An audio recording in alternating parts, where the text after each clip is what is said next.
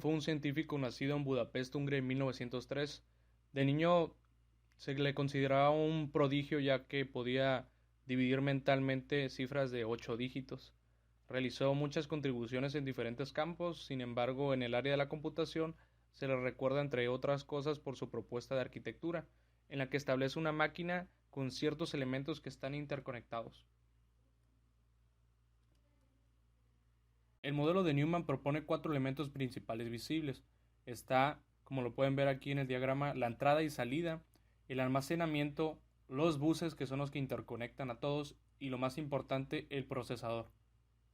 El procesador CPU o también conocido como microprocesador es ese que se aprecia allá en la imagen. Ese procesador es un Intel Core i9, uno de los más modernos.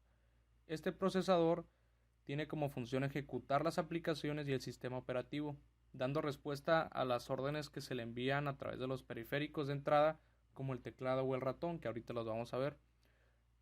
Este procesador no es más que una placa de silicio que se conecta a la tarjeta madre de tu equipo, permitiendo la conexión con los restantes dispositivos de este, ¿no? Como la memoria RAM, la tarjeta gráfica o el disco duro. El procesador, en un sentido lógico, se divide en dos grandes áreas, como las que podemos ver en este pequeño esquema que realicé, siendo una la unidad aritmética lógica o ALU por sus siglas en inglés, que se encarga básicamente de realizar las operaciones que tienen que ver con el procesamiento de los datos. Pueden ser aritméticas, como la suma, la resta, la multiplicación, o lógicas, como y, o, y entre esas cosas. La otra área es la UC o la unidad de control, que obviamente se encarga, junto con un reloj, establecer la cantidad de tiempo de procesamiento que lleva cada una de las aplicaciones, como por ejemplo, en este momento yo estoy mostrándoles a ustedes una presentación de PowerPoint y a la misma vez estoy utilizando un software para grabar la pantalla y mi voz. Entonces lo que hace la unidad de control es darle ciertos microsegundos a cada programa para que se pueda ver de manera simultánea. El almacenamiento básicamente se divide en dos áreas, el almacenamiento a largo plazo y el de corto plazo. En el de largo plazo se puede encontrar el disco duro. El disco duro adentro de sí almacena una información de manera masiva. Aparte, el usuario puede manipular esa información. En la memoria ROM, básicamente la memoria ROM almacena cantidades más pequeñas de información, donde estas no se pueden manipular, nada más se pueden leer por el mismo sistema operativo. Y pues una de las más comunes es la BIOS, que contiene información básica para que cada computador pueda arrancar. La BIOS, que en sus siglas en inglés quiere decir Basic Input Output System, es básicamente un firmware instalado en la memoria ROM, y un firmware es un soporte lógico inalterable, o también se le puede decir un programa informático que establece la lógica de más bajo nivel que controla los circuitos electrónicos de un dispositivo de cualquier tipo. En el almacenamiento a corto plazo podemos encontrar la memoria RAM.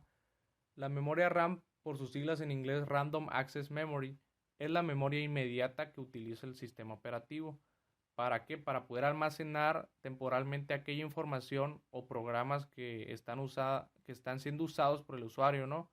Este tipo de almacenamiento era el que tenía idea, o que quería crear más bien von Neumann, era el que había imaginado. Hoy en día, pues el concepto de memoria o almacenamiento es más amplio. Los dispositivos, estos se dividen en dos, los de entrada y los de salida. Por ejemplo, aquí puedo ver el mouse. Si yo muevo el mouse o puedo darle clic o seleccionar algún ítem, yo lo que estoy haciendo es darle información que está siendo interpretada por el procesador, que ya lo vimos, y también por el sistema operativo. Y entonces yo estoy metiendo información. De la misma manera sucede si tecleo algún texto mediante el teclado, que se puede ver aquí en esta imagen, o de igual manera también si uso una cámara web. Todo esto le está metiendo información al procesador y al sistema operativo. Y pues los dispositivos de salida es lo opuesto a todo eso. Por ejemplo, en los altavoces está saliendo en formato de audio cualquier cosa que está pasando desde el computador hacia afuera. En el monitor me refleja a mí a través de un medio visual, o también una impresora pues me lo da impreso, ¿no? Todo este tipo de cosas son los dispositivos de salida. Y también hay una controversia porque el conocido flash drive o USB puede ser tanto dispositivo de entrada y dispositivo de salida, porque yo puedo meter información a la computadora y también puedo extraer información de esta. Entonces, antes era un poco más cuadrado el asunto referente a los periféricos de entrada y de salida.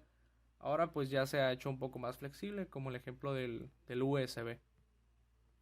Los buses físicamente se pueden apreciar en las tarjetas controladoras. Esta es una tarjeta controladora y estos serían los buses.